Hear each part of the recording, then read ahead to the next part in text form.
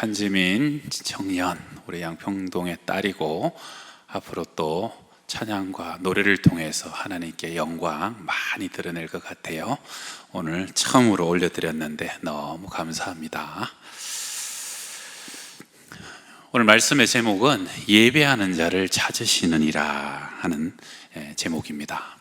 여러분, 가수 윤복희 씨 아시죠? 교회에서는 권사님이시기도 하신데요, 우리나라에서 제일 먼저 미니 스커트를 입어서 센세이션을 일으켰던 여자죠.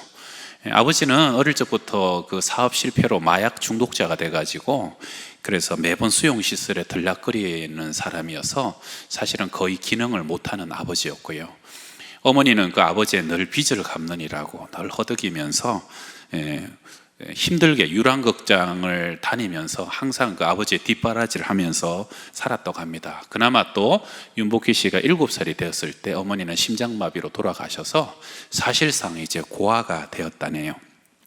7살 때부터 자기의 생계를 먹고 살기 위해서 그렇게 자기가 노래를 불러야 하는 처지가 되었고요. 그러니까 뭔 제대로 된 부모 사랑을 받았겠어요. 어제는 이 이모가 나를 재워주고 내일은 저 삼촌이 나를 또 놀아주고 그런 어린 시절, 항상 배고프고 외롭고 그래서 어릴 적부터 자살 시도까지 하게 된 참 비극적인 유년 시절을 지냈다고 합니다. 나중에 자라서는 이제 톱스타와 결혼을 했지만 그것도 얼마 안 가서 파경을 맞게 되었고요, 이혼도 안 한 상태에서 또 다른 사람과 또 약혼하고 결혼했다가 그것도 또 깨어지게 되었고, 그러다 보니까 결국 몸과 마음은 만시창이가 되고 또 원치 않는 낙태 수술을 또 여러 번 겪어야 해가지고 그 속에서도 참 어려운 시련을 겪고, 그러다 보니까 인생의 즐거움이 뭐냐, 그냥 무대에 올라서 박수 갈채받고 그냥 그 속에서 흥분하고 그렇게 즐겁게 사는 거, 그게 인생 아니겠냐.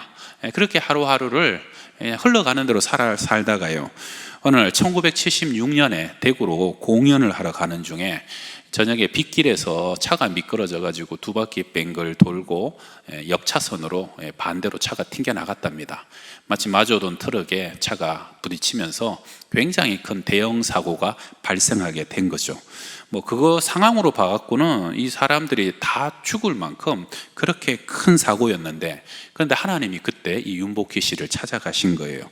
비가 내리는 어두운 하늘에서 섬광같이 날선 빛이 자기를 뚫고 오는 경험을 하게 되면서 그 속에서 하나님의 속삭이는 음성이 들리더래요. 걱정하지 마라, 아무도 다치지 않을 거다. 그럼 그 소리를 듣고요, 차문을 열고 밖으로 나왔습니다. 자기도 모르게 거역할 수 없는 힘에 압도돼 갖고 어둡고 비 내리는 그 아스팔트 위에 무릎을 꿇고 하나님께 기도했고, 하염없는 눈물이 그렇게 흐르더라는 거예요. 그리고 결과적으로는 가벼운 찰가상으로 사고가 끝나고요, 그것을 목격했던 사람들이 와서 박수를 치고 환호성을 지를 만큼 그렇게 기적적인 상황이 연출되고 난 뒤에 그 다음부터 이 사람 인생이 바뀐 거예요. 그날도 대구에 갔는데 원래는 가요를 부르러 갔잖아요. 근데 무대에 섰는데 가요를 부를 수가 없더래요. 그래서 자기도 모르게 옛날 찬송가 405장 나 같은 죄인 살리신 어메이징 그레이스를 무반주로 거기서 부르면서 그 공연을 시작했다는 겁니다. 그러면서 이분이 여러 히트곡이 있는데 여러분이라는 곡 아시죠? 내가 만약 외로울 때면 내가 위로해 줄게, 이런 찬양으로 많은 사람들의 심금을 위로하고 울리고, 그리고 가는 곳마다 하나님을 증거하는 삶을 그 이후로 살게 됐는데, 이분의 고백이 그래요. 나는 사실 7 귀신 들렸던 막달라 마리아보다 상황이 더한 여자였다. 그런데 하나님이 그런 날에 나를 찾아오셨고 내게 특별한 은혜를 베풀어 주셨다라고 고백했다는 겁니다. 여러분, 오늘 이 수가성 여인을 보세요. 벌써 2000년 전이에요. 근데 그때 5번이나 결혼하고 그 남편과 헤어집니다. 사별을 했는지 헤어졌는지 정확히는 모르겠죠. 그리고 또 다른 남자와 살고 있는데, 동거하고 있는데 자기 남편은 아니라는 거예요. 우리 그 당시에 랍비들의 어떤 가르침을 보게 되면은 여자들은 재혼까지는 할 수 있다. 그러나 정말로 특별한 경우에는 삼혼까지도 허락하지만 그 이상은 안 된다라는 것이 못 박혀있는 랍비들의 가르침입니다. 그런 시절에 5번 결혼하고 6번째 남자와 살고 있는 그의 심령과 마음이 어떻겠어요? 여러분 정말 상상할 수 없는 만신창의 아픔과 상처 덩어리 아니었겠습니까? 그러다 보니까 사마리아 안에서도 수가라는 조그만 동네에 살아요. 주위 사람들의, 여인들의 눈총이 어떻겠어요? 사람 얼굴 내밀고 다닐 수가 없는 거죠. 그러니까 다른 사람 다 해지고 서늘할 때 물 들어오는데 자기는 사람들의 이목 마주치기가 싫으니까 그 땡볕에 혼자서 물 길러러 그 시간에 운물로 가고 있었다는 겁니다. 그런데요, 주님께서 그 사마리아를 찾아가세요. 그리고 그 수가성을 찾아가시고 그 여인이 오는 운물 곁에 가서 피곤한 몸으로 앉아서 그 여인을 기다리고, 우리 주님께서 그 사마리아 여인을 직접 찾아가셨다는 그 놀라운 이 만남이 오늘 본문에 나와 있습니다. 얘기가 진전돼요. 물 좀 달라. 그런데 이 여인은요, 처음부터 적대감, 상처 덩어리예요. 왜 유대 남자로서 나 같은 사마리아 여자에게 물 달라고 합니까? 너무 많은 남자를 겹치다 보니까요, 남자에 대한 시선이 곱지 않아요. 여러분, 그렇게 많이 결혼한 사람은 아마 외모도 막 고왔을 거예요. 그럴 가능성이 크겠죠. 그러다가 속에서 좀 생각했을 수 있을 거예요. 이 낯선 남자가 또 나한테 수작을 부리나? 뭐 그런 마음도 품었겠죠. 그런데 예수님께서 물에 관해서 얘기를 하십니다. 목마르지 않는 샘물. 그러니까 여자가 뭐라 그럽니까? 그런 물 있으면 나도 좀 줘보십시오.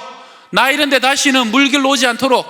사람 만나는 것도 귀찮고 물길로 오는 것도 귀찮고 만사가 귀찮은데 그런 물 있으면 나 좀 줘보십시오라고 요구하는 것이죠. 그러면서 시작된 대화, 네 남편을 데려오라. 뭔가 모르게 가슴에 뭔가 훅 들어옵니다. 그러면서 대화 속에서 깨닫는 거죠. 보통 사람이 아니구나, 특별한 사람이구나, 선지자다 하는 것을 확신하고 난 뒤에, 여러분 선지자의 능력이 그 속에 있다는 것을 확신하고 난 뒤에 이 여자가 제일 먼저 묻는 질문이 뭡니까? 그리심산입니까? 예루살렘입니까? 어디서 예배를 드려야 됩니까? 여러분, 이것이 그 여인의 첫 번째 질문이에요. 지금까지 삶은 상처투성이, 실패로 점철된 인생이었어요. 모든 사람에게 대접받지 못하는, 사랑받지 못한 삶을 살았는데, 그런데도 그 여인의 마음 가장 깊은 곳에 무슨 질문, 무엇에 대한 사모함이 남아있었어요? 예배에 대한 사모함. 내가 어떻게 하면 하나님 만날 수 있을까? 내가 어디서 예배드리면 하나님을 만날 수 있을까? 내가 어떤 식으로 예배드리면 이 마름, 목마름, 갈증을 채울 수 있을까? 그 마음이 그 여인 속에, 가장 깊은 속에 항상 도사리고 있었다는 겁니다. 여러분 아시는 대로 사마리아는 저주받은 땅이에요. 아수르 포로된 시절에 혼혈 정책으로 해가지고 북방민족이 강제로 결혼을 시켜버려갖고 선민의 피가 더러워진 동네라 그래가지고요, 유대인들이 더 이상 사람 취급 안 하는 동네예요. 근데 그런 동네에서도 여인들에게도 인정받지 못하고 그 바닥 중에서도 가장 밑바닥 같은 인생을 힘겹게 살아오는데, 그런데 선지자가 내 앞에 서 있는 것을 알았을 때 제일 먼저 내 속에 터져 나왔던 것, 내 남자가 누굽니까? 내가 어떻게 해야지 잘 살 수 있습니까? 그런 게 아니었어요. 주여, 어떻게 해야 내가 하나님 만나고 어떻게 예배 드려야 이 심령의 가람을 채울 수 있습니까? 그래서 예수님은 그 수가성 여인을 찾아가신 거예요. 수많은 사람 중에 사마리아 그 수가성 여인을 찾아가신 거예요. 왜요? 아버지께서는 이렇게 자기에게 예배하는 자들을 찾으시느니라.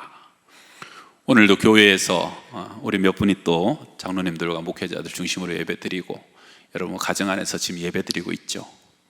우리가 지난달 23일에 마지막 예배를 드리고 거의 한 달이 지났습니다. 교회가 많이 그리우시죠? 저도 가득 예배 드리던 때가 그립고 또 그런 날이 빨리 왔으면 좋겠어요. 가끔 이렇게 순서 때문에 이렇게 특송하고 또 성경 봉독 때문에 몇 주 만에 오시는 분들이 그래요. 예배당에 앉았더니 마음이 울컥울컥 한다고. 참 감사한 건 뭡니까? 하나님은 영이세요. 영이신 하나님이 우리가 간절함과 사모함으로 예배 드릴 때, 그것이 가정이든 우리의 어떤 처소든 성삼위 하나님이 그곳에 임재하셔서 우리의 예배를 받으시고요, 그 마음에 간절한 사마리아 여인과 같은 사모하는 심령 가운데 주님이 친히 영으로 찾아가시고 그 가운데 함께 하신다는 것을 믿으시기 바랍니다. 우리에게 위로가 되는 것이에요. 우리의 과거가 어떠하든지 지금 나의 영적 상태가 어떠하든지, 세상에서 내가 어떤 평판과 어떤 칭찬을 받는가 상관없이 하나님 우리를 바라보시는 건 뭐예요? 우리 영혼 깊은 곳에 내가 얼마나 예배하는 자로 서 있는가, 참되게 예배하는 자를 찾으시는 주님 앞에 오늘도 발견되시는, 평생 발견되시는 우리 모두의 삶이 되시기를 축원합니다. 일천가정 예배 때 우리가 며칠 전에 레위 마태에 관한 얘기를 했는데요, 세간에 앉아서 민족의 피를 빨아먹었어요. 매국노였어요. 근데 예수님이 지나가시면서 나를 따라오너라 했더니 벌떡 일어나서 예수님을 따라가십니다. 주님께서 그 마태 속에 뭘 보셨던 거예요? 비록 지금 이런 비참한 처참한 인생을 살아가지만, 죄된 자리에 앉아 있지만, 그러나 그 마태도 하나님의 나라를 기다리는 사람이었고요, 메시아를 갈망하던 사람이었어요. 그러다 보니까 주님은 그 마음의 중심을 보시고 나를 따라오너라, 즉시 일어나서 주님을 쫓아갔어요. 다른 거 보지 않는 거예요. 삭개오도 마찬가지 아닙니까? 여리고 마을에 예수님 오신다는 소리를 듣고 키가 작으니까 뽕나무 위에 올라갑니다. 자기는 세리장이에요. 아주 위신과 지위가 높은 사람이에요. 그러나 다 내던지고 예수님 보겠다고 그 위에 올라가는 거예요. 예수님이 그 삭개오 보고 수많은 사람 중에 삭개오 앞으로 가시잖아요. 삭개오야 내려오너라, 내가 오늘 너의 집에 유하여야 되겠다, 너의 인생에 내가 좀 찾아가야 되겠다. 주님 만나 주시잖아요. 얼마나 기쁜지 뛰어내려와 가지고 도둑질한 거 있으면 내가 4배로 갖고 내 소유의 절반을 가난한 자들에게 나눠주겠습니다. 완전히 확 뒤집어지는 인생, 주님 만났는데 그 주님이 삭개오를 찾아가신 것이죠. 12해를 흘릴 정도로 앓던 여인, 차마 얼굴을 주님 앞에 내밀 수가 없어요. 나 좀 고쳐달라고 한마디 할 수 없는 처참한 상황에서 그냥 다만 뒤로 가서 내가 그 옷깃만 만져도 구원받지 않겠느냐, 그 믿음으로 뭐 옷깃을 만졌더니 예수님께서 누가 나를 만지고 능력이 나갔다 그러면서 그 여인에게 뭐라 그러셔요? 딸아, 평안히 가라, 네 믿음이 너를 구원하였느니라. 여러분, 성령과 진리로 예배한다는 것이 무엇입니까?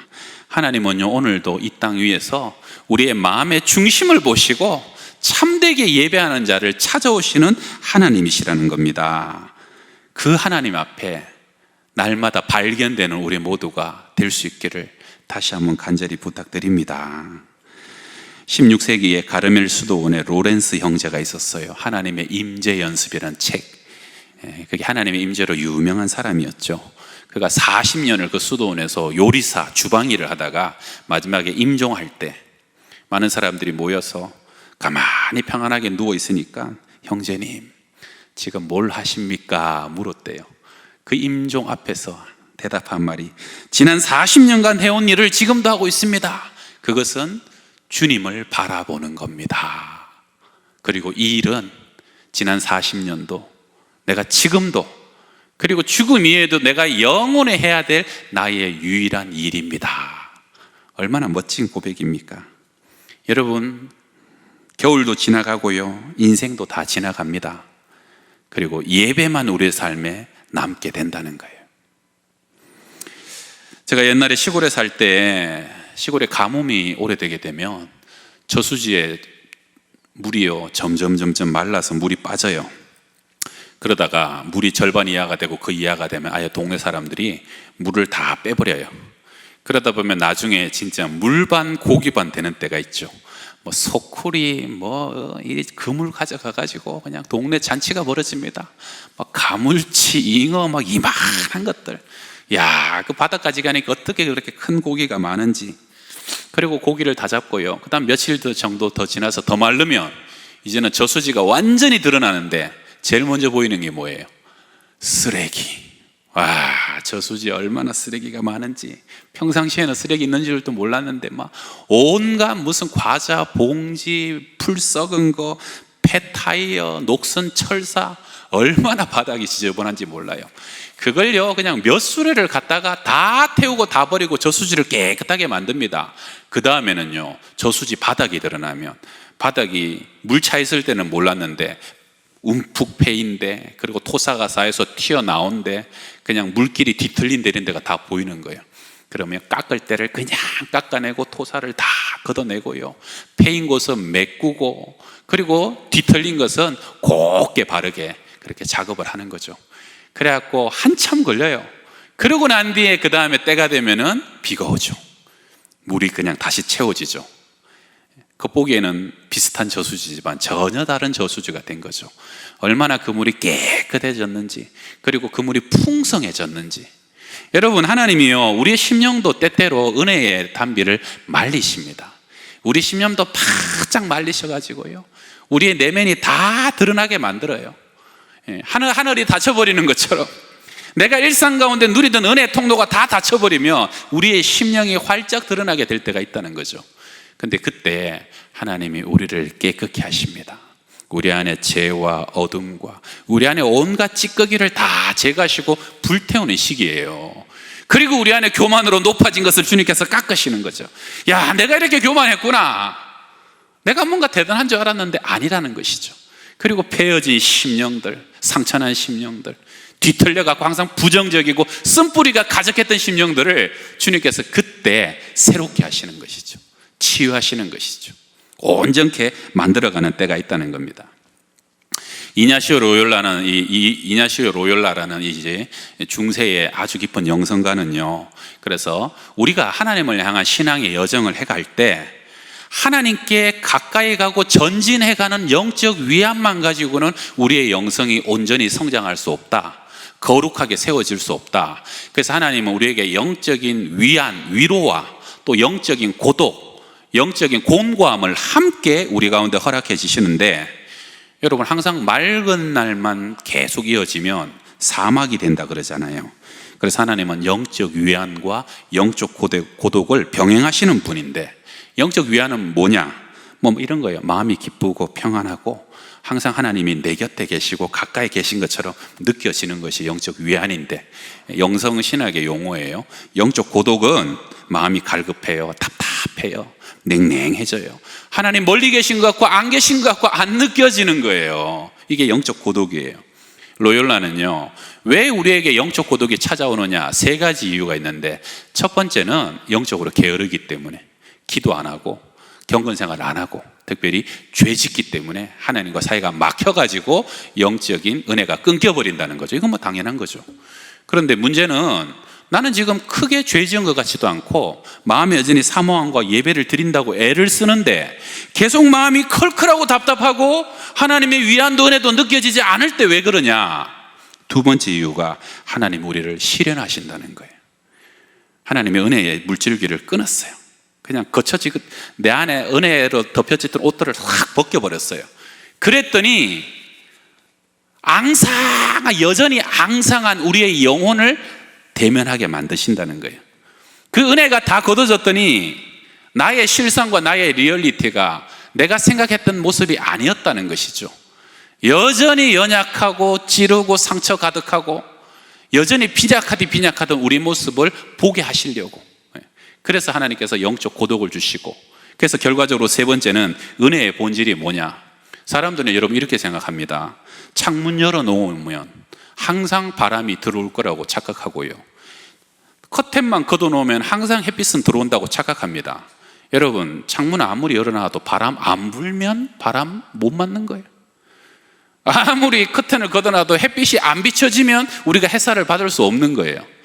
여러분, 하나님의 은혜는요, 하나님이 우리를 긍휼히 여기셨어서 그분이 우리에게 자비롭게 당신의 빛을 비춰주시고 성령의 바람을 불어주시니까 우리가 하나님의 은혜를 받는 것이지, 내가 뭘 했기 때문에 우리에게 어떤 자격이 있기 때문에 우리가 경험하게 되는 것이 아니라는 것이에요. 그래서 여러분, 영적 성장에 있어서 제일 중요한 것은 겸손입니다.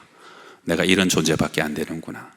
그리고 내가 일상적으로 받았던 그 하나님의 은혜와 은총이 얼마나 크고 소중하고 아름다운 것인가를 우리가 다시 한번 뼈저리게 느끼는 것이에요. 자, 그러면 교회도 한 달 정도 못 오셨는데 여러분의 지금 영적 상태는 좀 어떠세요? 그래도 나는 지금 여전히 영적 위안이 내 안에 가득하다. 나는 은혜의 때다. 보라, 지금은 은혜 받을 만한 때요. 보라, 지금은 구원의 날이로다. 나는 그런 때입니다. 너무 감사한 일이죠. 여러분, 그런 시기에 있을 때는요, 얕은 포만감으로 너무 빨리 만족하시지 말고 더 힘껏 은혜를 축적하시기 바랍니다. 은혜로 내 심령의 창고를 가득가득 채우시기 바라요. 사람은 결국 은혜 받은 만큼 일하고 은혜 받은 만큼 수고하고 은혜 받은 만큼 사명 감당하는 거예요. 그런데 나는 진짜 요즘 영적인 고독 중에 있다. 저수지에 바짝 말라버린 밑바닥 같은 것이 지금 내 상태다. 그런 분은 이 시련 중에도 하나님이 감당할 수 있는 능력과 최소한의 은총을 남겨놓은 것을 믿으시기 바랍니다. 끝까지 인내하면요, 이때가 지나가면서, 그러면 그때는 힘들어요. 내 영혼을 후벼 파는 것 같아요. 죄를 불태운다는 거, 죄를 긁어낸다는 거, 그리고 상처와 아픔을 주님께서 치유하신다는 시간은 참 힘듭니다. 그런데 그때도 주님 바라보시고 주님 앞에 나를 드러내놓으세요. 주님의 손길이 내 심령과 영혼을 새롭게 하시도록 내가 예배 가운데 계속적으로 주님 앞에 머물러 있으시라는 겁니다. 때가 되면 어떻게 됩니까? 나도 모르게 내 심령이 깨끗해집니다. 영혼이 정결해집니다. 그 다음에 하늘이 열리고 어느 날 비가 다시 오게 되겠죠. 마치 우리가 다시 예배하고 일상의 은혜가 다시 우리를 찾아올 때가 있겠죠. 그 다음에는요, 은혜의 맛이 다릅니다. 예배의 깊이가 달라지는 것이에요. 그 다음에는 우리의 삶의 경건의 능력이 달라지게 된다는 것입니다. 할렐루야. 여러분, 사람은요, 하나님의 형상으로 지음받은 존재입니다. 파스칼은 말하기를 우리 각자 안에는 하나님만이 채울 수 있는 빈 공간이 있다. 세상의 어떤 즐거움들, 술이든 도박이든 성적인 쾌락이든 절대 그런 것으로는 다 채우지 못하는 우리 안에 영적인 공간이 있다는 것이에요. A.W. 토저라는 사람은 이것이 예배다라는 책에서 이런 얘기를 합니다. 기억상실증에 걸린 한 사람이 있었는데 아무것도 기억하지 못해요. 그 사람 아는 사람도 없어요. 자기가 뭘 하던 사람인지 어디에 살던 사람인지 그것도 모르는 거예요. 그러다가 시간이 좀 지난 후 어느 날 지나가던 한 사람이 그를 알아봤어요. 놀라워하며 그에게 달려와요. 그리고 알고 보니까 사실 캐나다에서 오케스트라 연주자로 있었던 사람인데 여기 공연하러 왔다가 자동차 사고가 났는데 기억상실증에 걸려버린 거예요. 그러니까 단원들도 못 찾고 다 돌아가 버리니까 자기 자신이 누군지 전혀 모르고 지금까지 살았던 것이죠. 여러분, 근데 우리의 모든 인생들도 이와 비슷하다는 것이에요. 사실은 내가 어디서 와서 어디로 가는지, 내 인생의 목적과 이유가 뭔지 모르고 사는 사람이 너무 많아요. 하나님을 만나고 하나님 속에 예배할 때 그 하나님과의 만남 속에서 비로소 내가 누구인지, 내가 어디서 와서 어디로 가는 존재인지, 그리고 내가 무엇을 위해서 살아야 하는 존재이고 내 인생의 참된 의미가 무엇인지 하나님을 만나야 온전히 깨닫게 된다는 것입니다. 그래서 우리 이사야 43장 21절 우리 말씀을 한번 함께 읽어봅시다. 이 백성은 내가 나를 위하여 지었나니 나를 찬송하게 하려 함이니라. 하나님이 이 백성을 지으셨어요. 왜요? 하나님을 찬송하게 하기 위하여, 하나님을 예배하게 하기 위하여 인간을 지으셨다는 겁니다.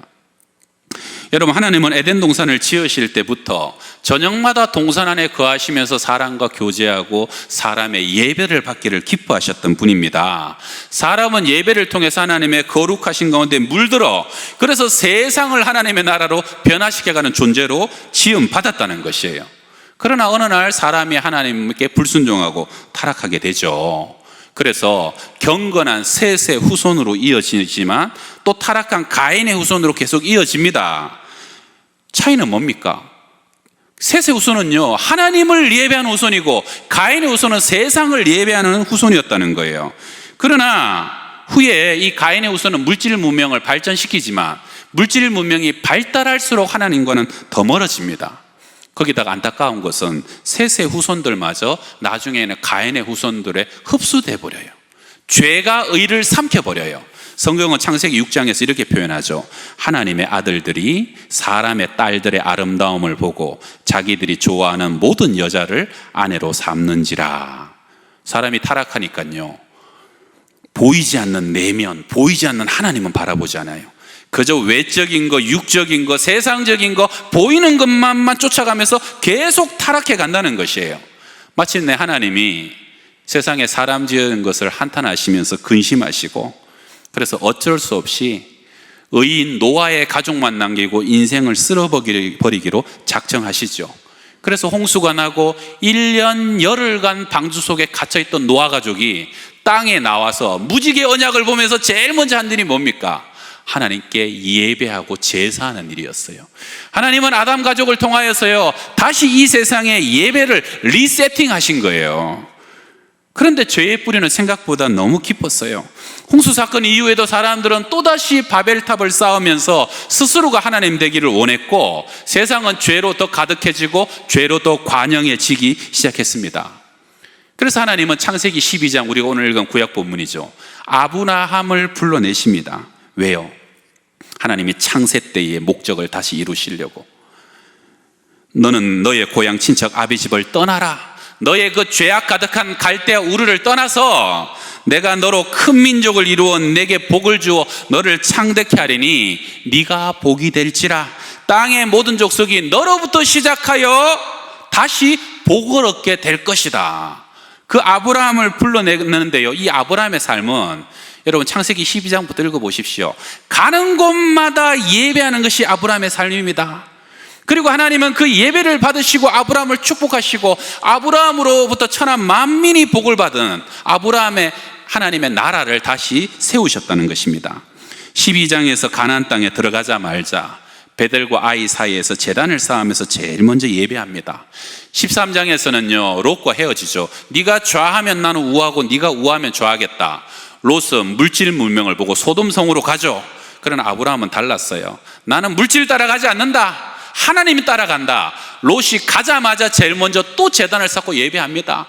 주님 함께 가시면 그 어디나 하늘나라고 그 어디나 복집니다 하는 이 믿음의 고백을 하나님께 올려드리는 거예요.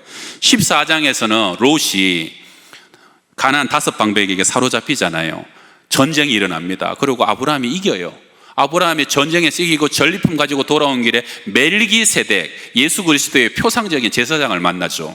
그 멜기세덱에 처음으로 11조가 등장합니다. 멜기세덱에게 11조를 드려요. 이게 무슨 의미예요? 내가 지금 전쟁에서 승리한 거, 이 모든 전리품들 내 거 아니라는 거예요. 하나님이 이기게 하신 것이고 하나님이 내게 다 주신 것이니까 하나님이 거니까 그 확정으로 11조를 하나님께 드렸다는 거예요.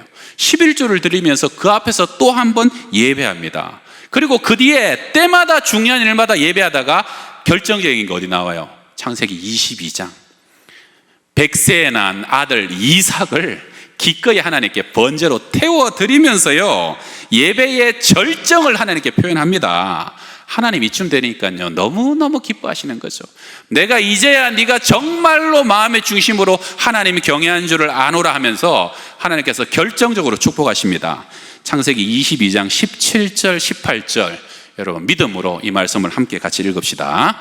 내가 내게 큰 복을 주고 내 씨가 크게 번성하여 하늘의 별과 같고 바다의 모래와 같게 하리니 내 씨가 그 대적의 성문을 차지하리라. 또 내 씨로 말미암아 천하 만민이 복을 받으리니. 할렐루야. 여러분, 인생의 가장 큰 축복은요, 예배를 통해 흘러오는 것을 믿으시기 바랍니다. 지금 코로나 바이러스 때문에 온 세상이 고통을 받잖아요.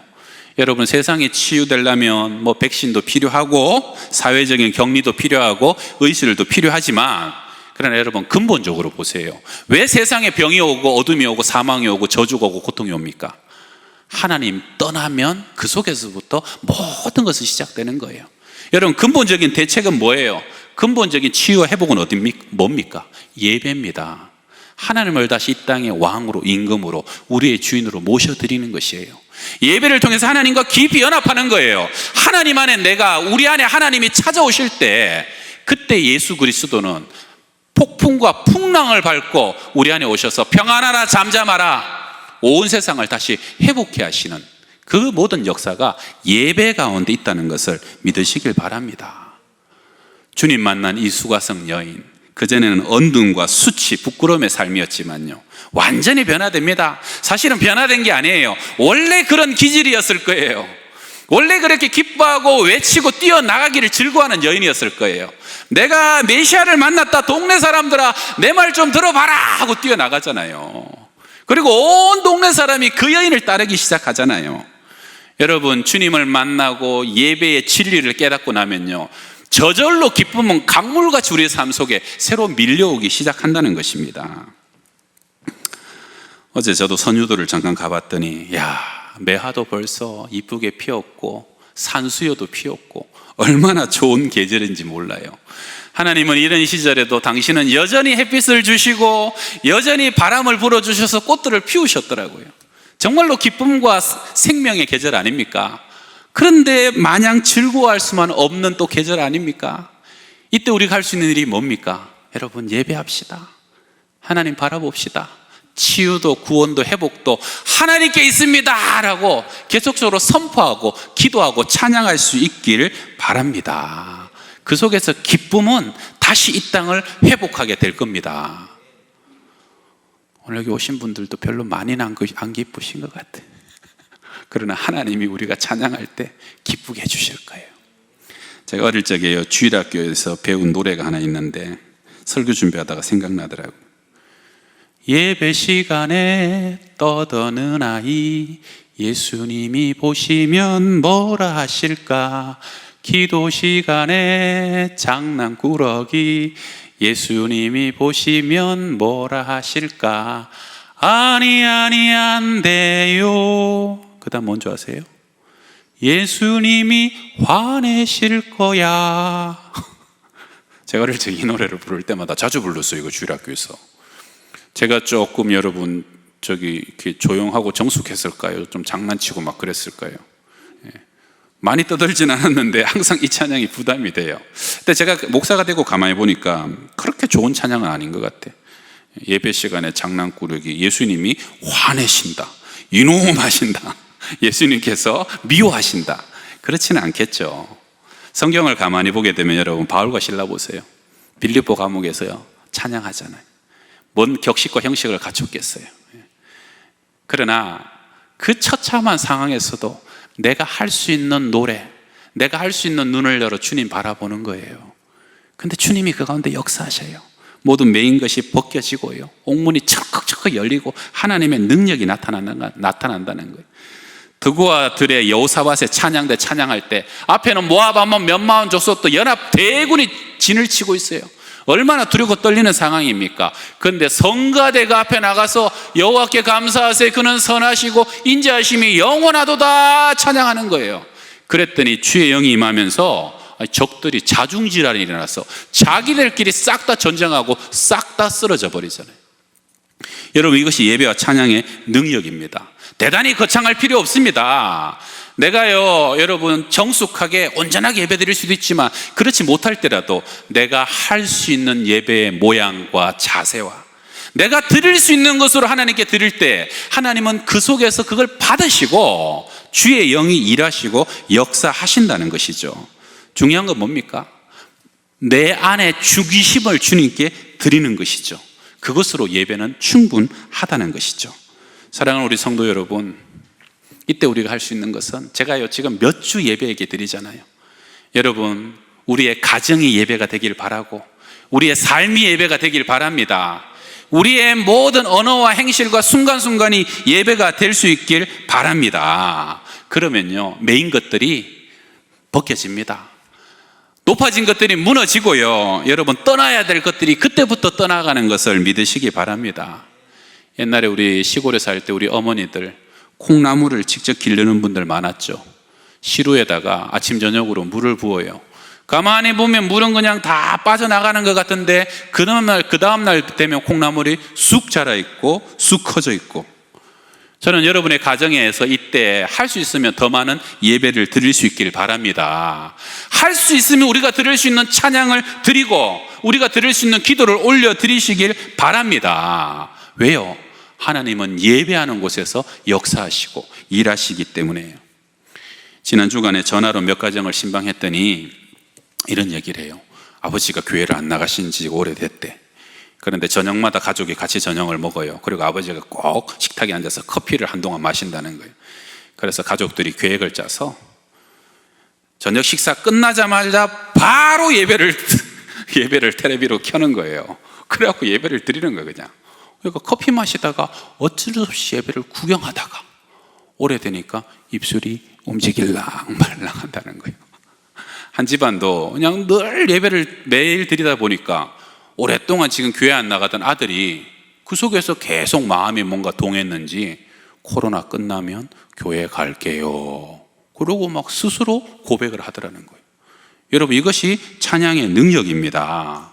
가정 안에서 찬송이 울려 퍼지고, 가정 안에 기도가 울려 퍼지고, 가정 안에 말씀이 선포될 때요, 찬양과 기도와 말씀의 능력이 하나님으로부터 그 가정에 임하게 된다는 것, 여러분 믿으시기 바랍니다. 사람은요, 누구나 그 속에서 영이 있잖아요. 영이.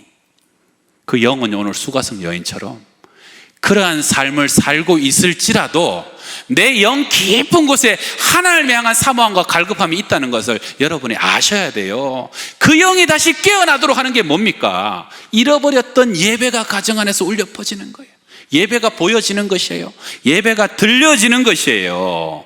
그 속에서 가정의 회복, 이 땅의 회복도 예배를 통해서 새롭게 역사될 수 있는 것을 믿으시고, 우리가 할 수 있는 것, 예배 가운데 집중하시고 예배자를 찾으시는 하나님 앞에 날마다 발견되는 우리 모두가 될 수 있기를 주의 이름으로 축원합니다.